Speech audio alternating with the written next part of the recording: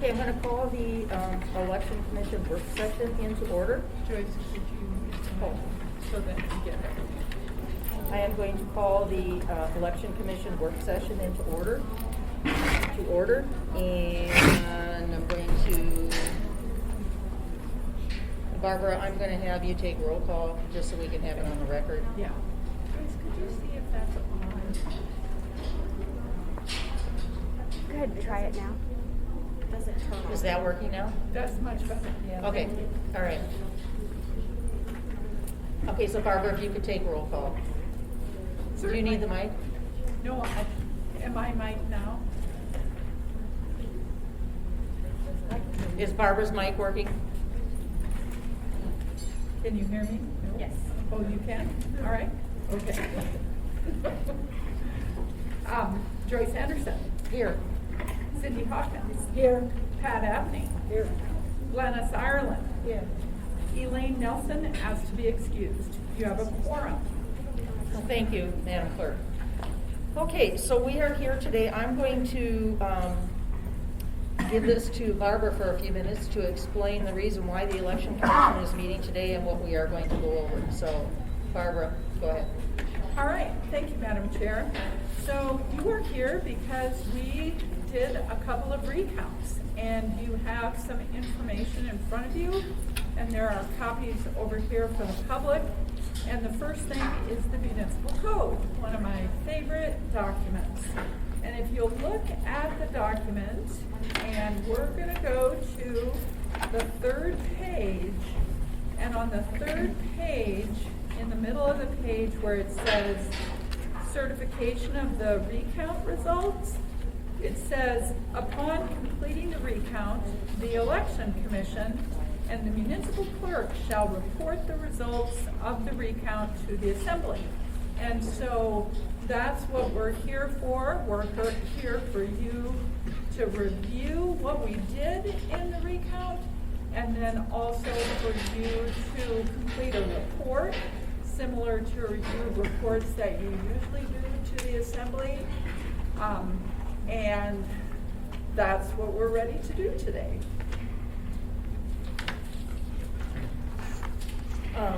Thank you, Madam Clerk. If you could also go through the process for conducting the recount, I think that would be helpful for the commission to have that understanding, to be able to move forward. So thank you. Certainly. I'm going to ask our counsel to help us with that.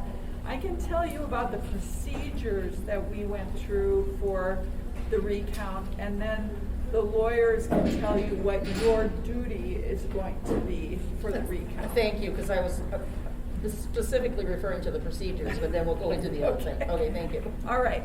So the procedures for the recount are on the second page. And you can see at the bottom of the page, it has the procedure and number A. It says, the clerk shall appoint election officials for the recount. We shall designate the hours.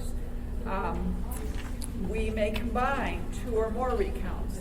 We did not combine 2 recounts, so I believe we're going to be asking you to take care of each recount separately. On the next page, on the top of page 3, it says that candidates or organized group having a direct interest in the recount may provide 2 observers to witness the recount, and they did do that. I believe we had 2, well, we had more than 2 observers because there were a lot of candidates in these races, and some of the other candidates that weren't the top 2 candidates also had observers. The recount was open to the public, and it was really interesting. If you look over to the adjudication stations, you can see it looks a little different than it used to. And the problem was that our observers during the regular election, it's hard to watch over our shoulders while we're adjudicating, and it was hard for them to see exactly what we're doing with the COVID distancing recommendations. So our project manager helped us get those large screens. They mirror the small screen. So now whatever we're doing on the small screen, the public can see on the large screen. And that's what we did for the recount. So what, if we continue in the code on the next section, number C, it says, election officials shall review all ballots to determine which votes are to be counted in the recount and declare which ballots will be recounted. And we did do that, and what the ballots that we determined to be recounted were all of the ballots outsorted for adjudication. That was one set of ballots. We also reviewed all write-ins in that race. The write-ins were not reviewed in the regular election because remember, the code elsewhere says you don't count write-ins unless they exceed the total of the highest number candidate. And so that was an addition. And then the third thing that we reviewed, we had each candidate, I think it was it each candidate or just the top two candidates? The top two candidates were allowed to randomly select ballots. And so we gave them some little forms. They randomly selected ballots, and then we adjudicated those ballots. And so the next section of the code says that when available, the recount is limited to reviewing the electronic images, adjudicating those images, tabulating them, and comparing them to the original count. And that's exactly what we did. And then now, and that's it. So we got a number of challenges from a number of the candidates, their observers, and we asked the candidates on Thursday if they could let us know what ballots they wanted you to review. So this is very different than what you usually do. You're usually reviewing envelopes, and now you're going to be reviewing ballots. And so we pulled the ballots for the race where the candidate wants you to look at those. And we put them in sleeves so you can handle them and look at them. And we've provided another handout to you, which is the adjudication rules. And those are the rules that we follow. And they're in the code. And the lawyers can tell you more about how you need to apply those rules. And I think that is probably enough for right now. Anything else that you can think of, Mr. Wheeler? Madam Clerk, you mentioned earlier in your comments that you wanted me to address some issues, so you can do those now. That would be fine, Dennis. Go ahead. Madam Chair, thank you. So I would divide the commission's role into two pieces. First, of course, municipal clerk has made a number of adjudication decisions that are preliminary, including preliminary rejection of certain ballots, notification to voters for the opportunity to cure. The voters have the opportunity to come before you and address those issues, should they choose to do so. So you do have some steps involved going through that process to make sure that you make a final determination on those ballots that have been preliminarily rejected. The second piece that's equally or maybe even more important is in your section of code that looks like this, and it's on the page 3 of 4. That code section that Barbara mentioned earlier, certification of the recount results. In there, you'll see that there is a subsection C that says that the election commission or municipal clerk reports a failure to comply with the provisions of law or illegal election practices, and that such failure is sufficient to change the outcome they similarly may exclude votes cast, etc. So I think part of your action here is to make some determination as to whether or not there's an issue here in regards to the way the election was conducted or the recount was conducted that would elevate it to making a report regarding something that might change the outcome. And if not, I think it's good to affirmatively say that there's nothing here that casts doubt on the outcome. Anything else, Madam Clerk? Are there any questions from commissioners for Dennis? Not at this time. Not at this time? Okay. All right. I have one other question for you, Madam Clerk. How long did the recount take? Well, And the number of ballots?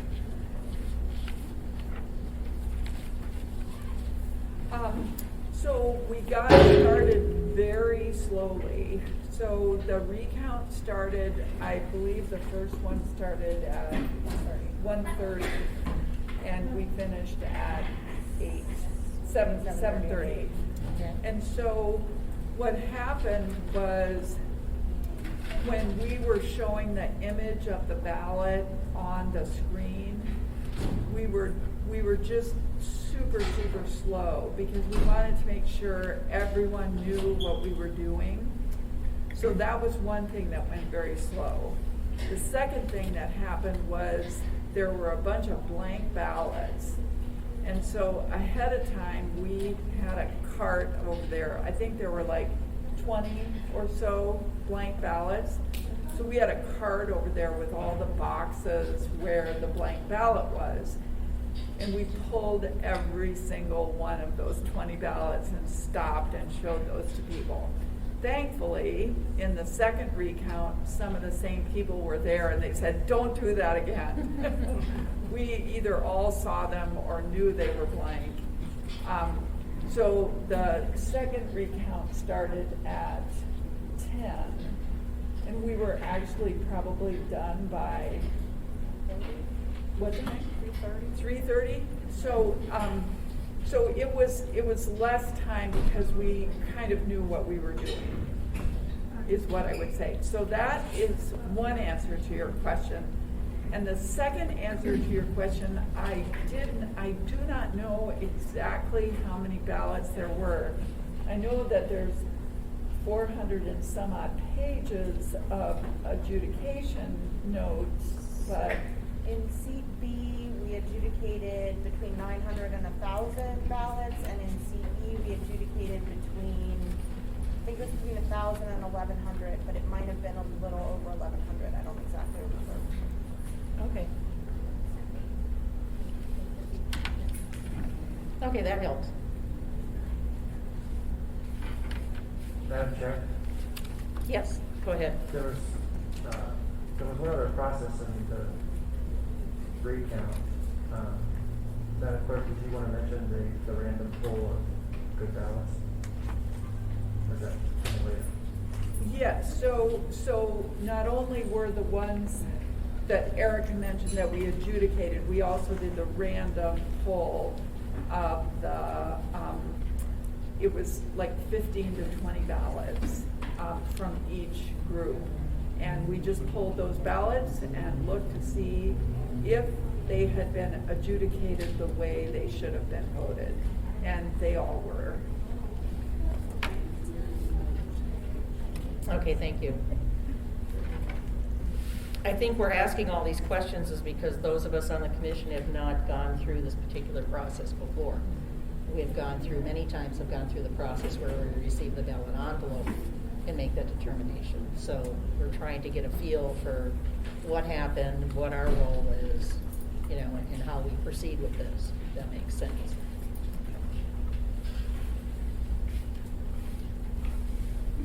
All right, is there anything else, Madam Clerk, that you wanted to go over regarding any of the handouts that we have?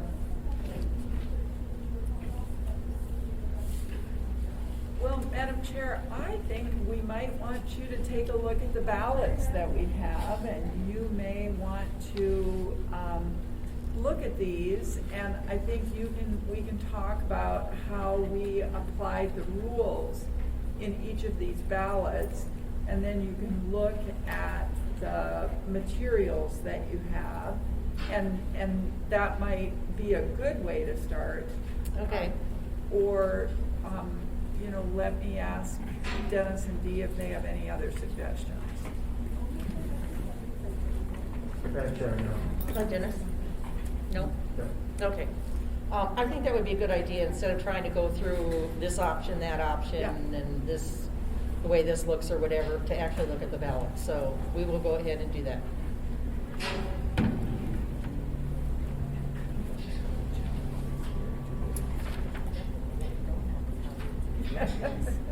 Right, if we have the challenge, we'll be able to tell, okay? Okay. Oh, sorry. Okay. There, yeah, you know where they ask. Okay, so, let's start with this first one. And on that one, in seat, we're talking about seat E here. You can see, and I guess I should probably, let me read that ballot number into the record, all right? We're talking about ballot 1-91-0068.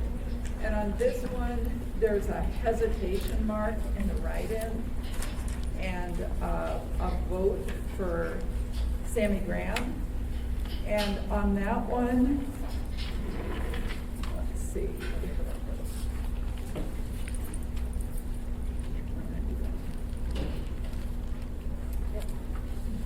There's no specific statement here for the challenge, but for that one, there was, we counted that as an overvote. There was enough of the oval filled in, I believe, and that's why they're challenging it, because if it showed up as an overvote in the system. We set the system to 25%, so if there's more than a 25% mark in the oval, it counts as an overvote, and that's how we had adjudicated that one. And then if you want to take a look at the code section,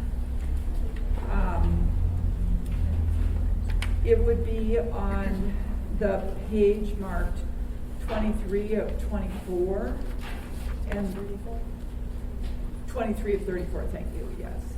If the voter marks more names than there are persons to be elected for the office, the votes for the candidates to that office shall not be counted. Marks for both a write-in and a candidate named on the ballot shall not be counted unless challenged.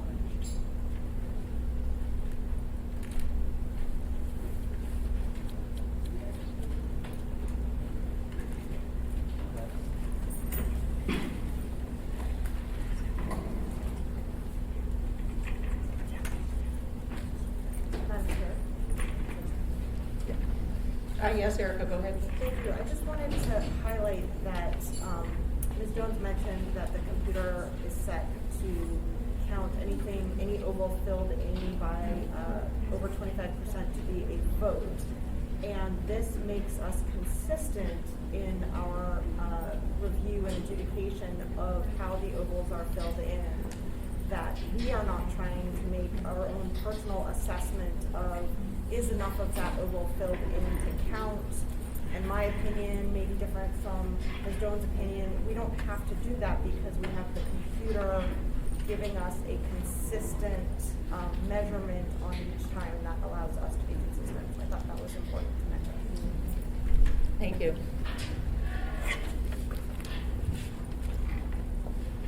Okay, next, for the record, we have ballot number 282-0021. And on this ballot, I'm going to let you go ahead and take a look at this. So, in the code that you have in front of you, it talks about how a voter makes a correction on a ballot. And what the code says, and now we're at paragraph 5 on page 23 of 34. And it says, candidates and answers to proposition questions marked with a strike through across the oval and name or answered shall be treated as indicating the voter's intent to not vote for the candidate or answer so stricken. So in the examples that are printed in the code, you can see where they've got the race and they've got the oval struck through for John Doe, and then they've got John Doe struck through. And so a lot of voters really do it exactly like that, and it's awesome that they do that. And you can see on the top of the ballot that instruction is on the ballot, and it's also in the instructions that are mailed to the voter, the separate instructions. And if a voter calls us and asks us about that, we will explain it over the phone. So, but because people all do it differently, we've kind of made a little list here of examples of effective corrections and examples of ineffective corrections. So again, as Erica said, we are trying to be as consistent as possible and not make different interpretations. So one of our interpretations of this is that the strike-through has to strike the name of the candidate. And on that ballot, you can see that the voter struck through the oval, but the voter did not strike through the candidates. And so I actually believe that was a challenge from the other side. Was that correct, or do you remember? Right, but I think the other side challenged them, yeah. So it's possible either we said that was just an overvote, or it's possible that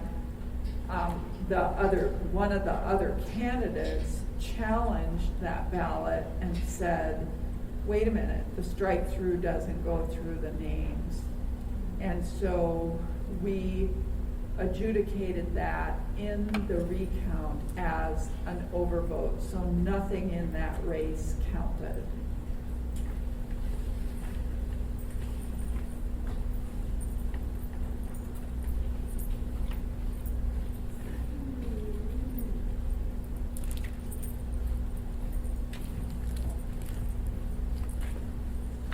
The next one is ballot 282-22, and that one is exactly the same.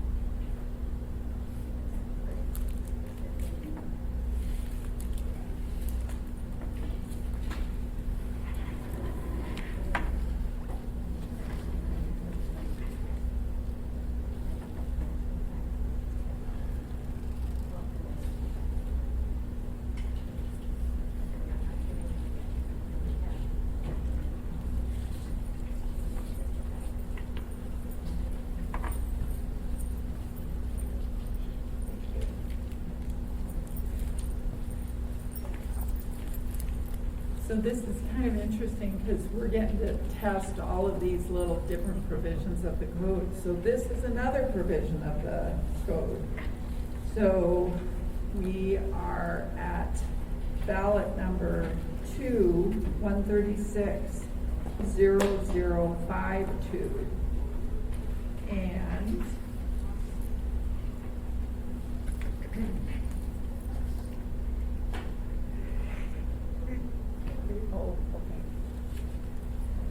so on this one, the voter colored in Sammy Graham, and the voter also wrote in and colored in the over there and wrote in Sammy Graham. And you can see the voter did that and throughout this ballot. And so we looked at the provision of the code, we're back to number 4. I thought it was gonna be a different provision, but it's not. 4. Marks for both a write-in and a candidate named on the ballot shall not be counted unless challenged. So we consider this an overvote.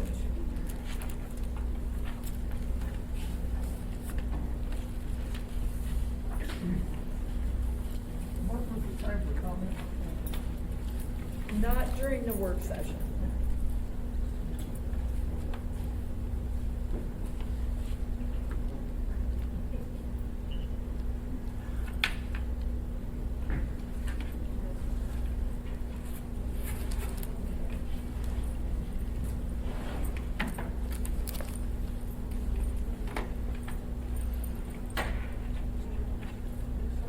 Yes.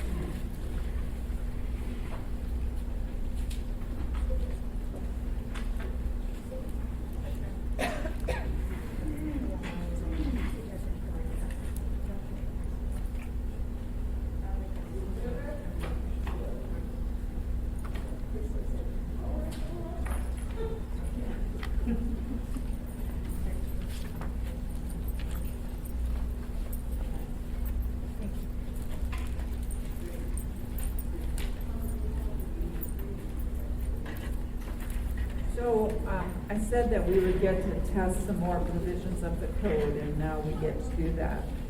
So on this one, the voter voted for Alicia Hildy and also for Sammy Graham.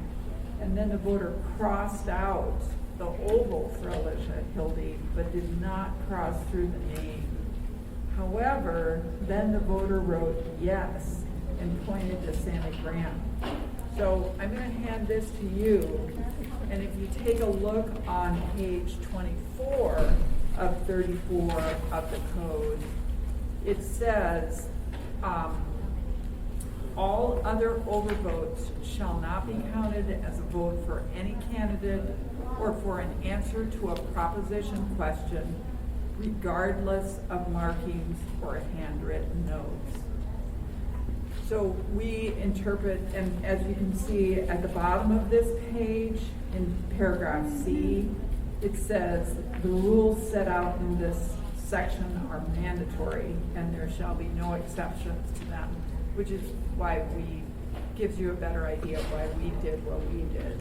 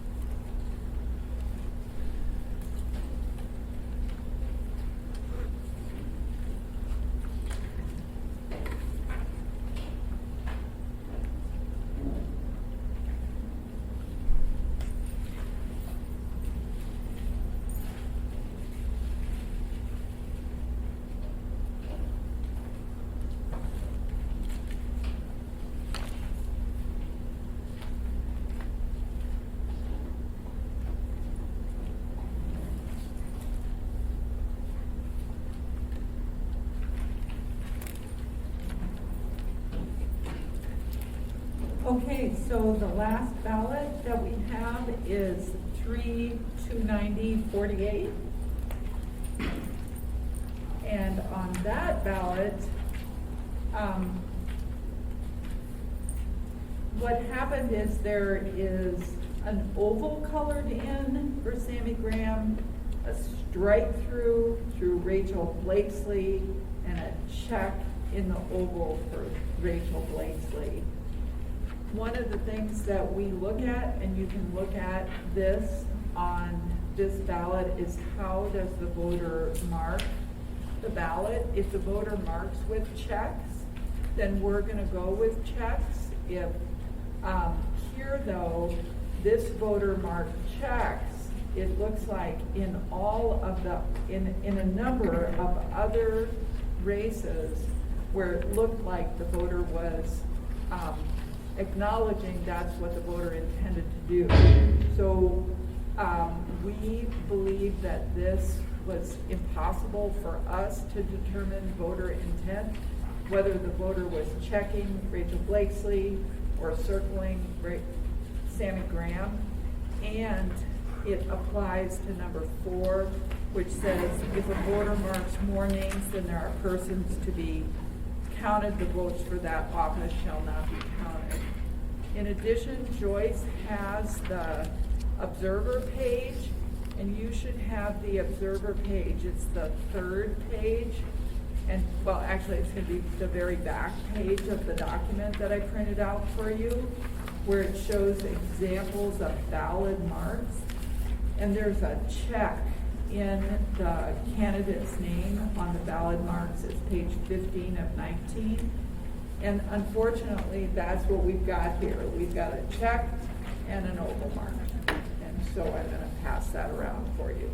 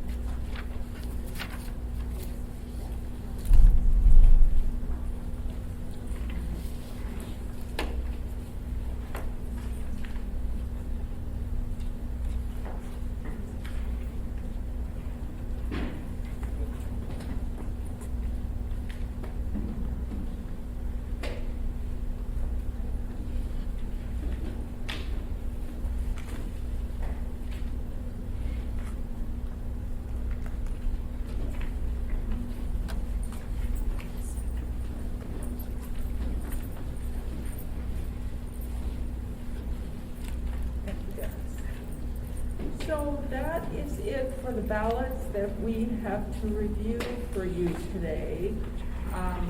Only the ballots were only challenged the challenge is renewed in one race. So the other race, we didn't pull the ballots for review.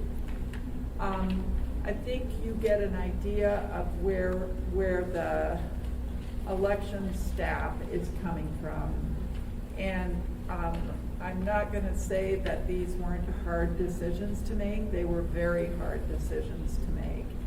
And I think we're trying to as consistently follow the rules so that if I adjudicate or Erica adjudicates or Liz adjudicates, only the three of us can adjudicate, that the results are gonna be the same in every race, on every ballot.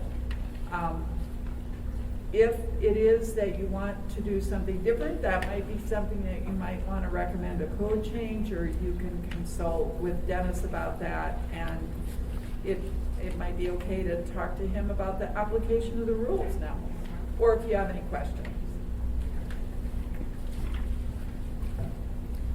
Okay, commissioners, after reviewing all of the ballots, I believe we have 6 that we reviewed for different reasons. They all had sort of different reasons. Are there any questions, or is there any comment regarding the rules that we have in place for looking at these ballots? Anything from commissioners? No? No? In the way of a comment, or? Or a question or a comment?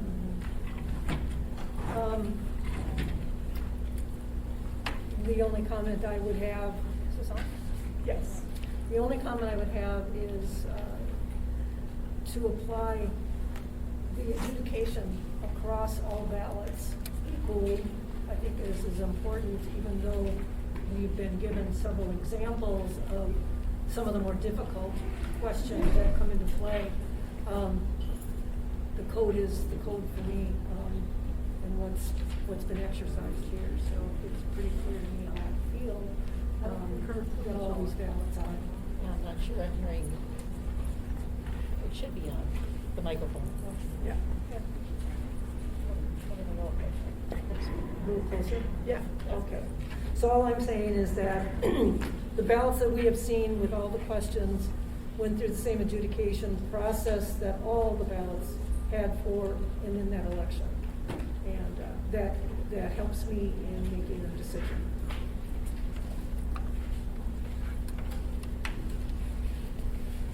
Well, I think that we have gone through everything that we need to, the process, the procedures, asked for comments and questions. So I think our work session at this point. Did you have anything to add? Did either Dennis or Dee have anything to add? Dennis, you do? I do not, Madam Chair. I'm good. Oh, you're good. I'm good. Okay. I have one other. Okay, and Madam Clerk, you have something? Go ahead. We do have the observer from Sammy Graham's campaign, and they pulled these items. And they did want to comment about them. And we could make them wait until the public session of Canvas. Or if you wanted, typically work sessions are for information gathering, and there usually aren't public comments in the work session, but I don't think you have a lot of people here. And if you did want to do that, you may. Okay, so Madam Clerk, what you're saying is we could have some comments from the people here You could. versus questions? You I look could at have- it different between comments and questions, so I'm clarifying what you're saying. I believe that the public has comments for you. Okay.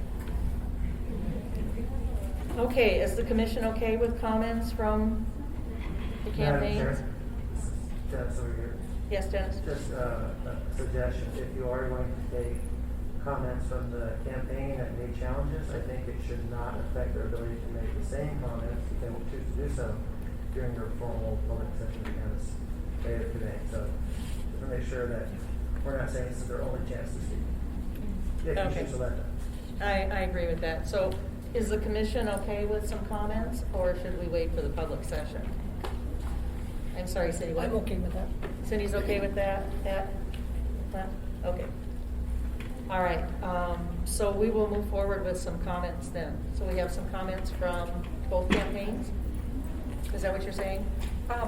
I don't know, Madam Chair, if you want to open it up to the two campaigns, you could just do that and see who comes forward. Okay, so I'm going to open it up to the two campaigns. So if there's anyone from either of the campaigns that would like to speak during the work session, feel free to do so. Otherwise, it would be during the official meeting. Go ahead. Randy, you need to use the mic, sorry. Yes, please. Okay.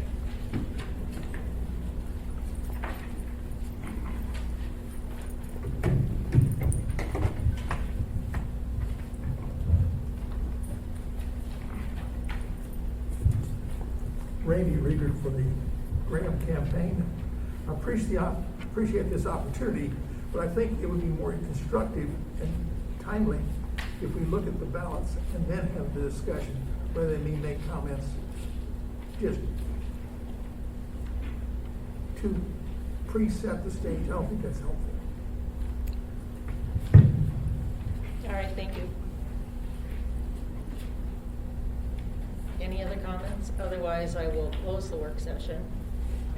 And we had opened it up for comments from both campaigns. Are you representing a campaign?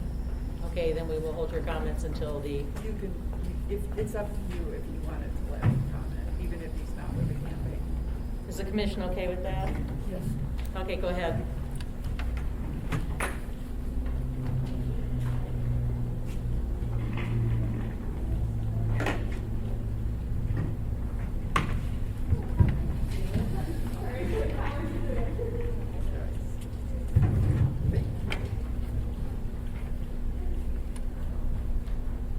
Can you hear me okay?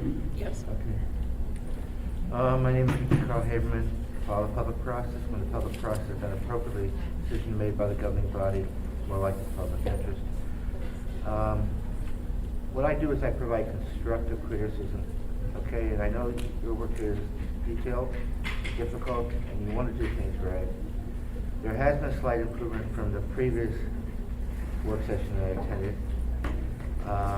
In that there's more mics here. But there is a problem. I mean, I saw Erica McConnell speak, and it wasn't by mic. Later she used a mic, and there was critical stuff she had said, but the end result is, if anyone listens to tape, you're not going to be able to hear it. And also, there's been a consistency of failure to recognize who is speaking and who they represent. Commissioner, name, and so forth. You're passing mics over, and who's listening to the tape would have difficulty knowing who's speaking.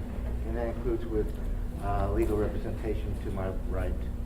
Now, I've had an advantage than most because I'm more familiar with who you are, but I'm visually here and I'm seeing how this is going. But the fact is, a record, an audio, and so forth, is going to create a confusion, and you don't want to have that type of confusion in order to determine how you conducted, reviewed, and so forth. And so I would encourage you, you're about to go into another meeting shortly at 5 o'clock. I would encourage you to have mics for everybody, number one, for those here, before the commissioners and staff that are going to be speaking. And then I would also encourage you, when the chair recognizes someone, to recognize who is speaking and what position they hold. And just the last thing to say is, it's not your fault and not Barbara's fault, Barbara Jones, respectfully, but it's distressing that the Assembly is meeting at 4:30 today. And the most important decision of the Assembly is, number one, dealing with the certification of election, which they're going to deal with your report for tomorrow, and an annual approval of the budget. And I don't recall in all the years has the Anchorage Assembly ever hold a meeting while you are doing your work session or their public canvass. I tried to stop them respectfully at their committee meetings when I got wind of it, but the end result is their meeting starts at 4:30, and you're going to start a meeting at 5, and it's distressing that they didn't have the sensitive and respect that what your work is and how important it is and how connected the public needs to be here to speak. And that's all I have to say, is thank you very much. Thank you, Mr. Haber. Any other comments? All right, we're gonna close the work session right now, and we will be back at 5 o'clock and open up our regular meeting. Thank you, everyone.